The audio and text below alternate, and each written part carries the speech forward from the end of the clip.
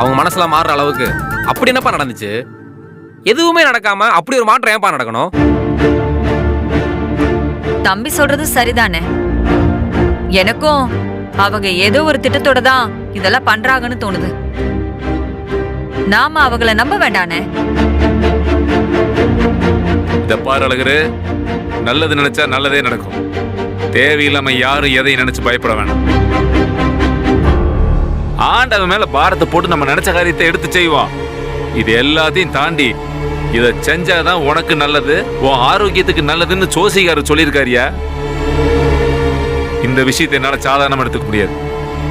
நாம நினைச்ச மாதிரி இந்த கல்யாணம் நடக்கும். யாரும் இங்க தேவையில்லாத எண்ணங்களை மனசுல வளர்த்துக்க வேண்டாம். யாரை பத்தி தேவையில்லாம சந்தேகம் பட வேணாம்.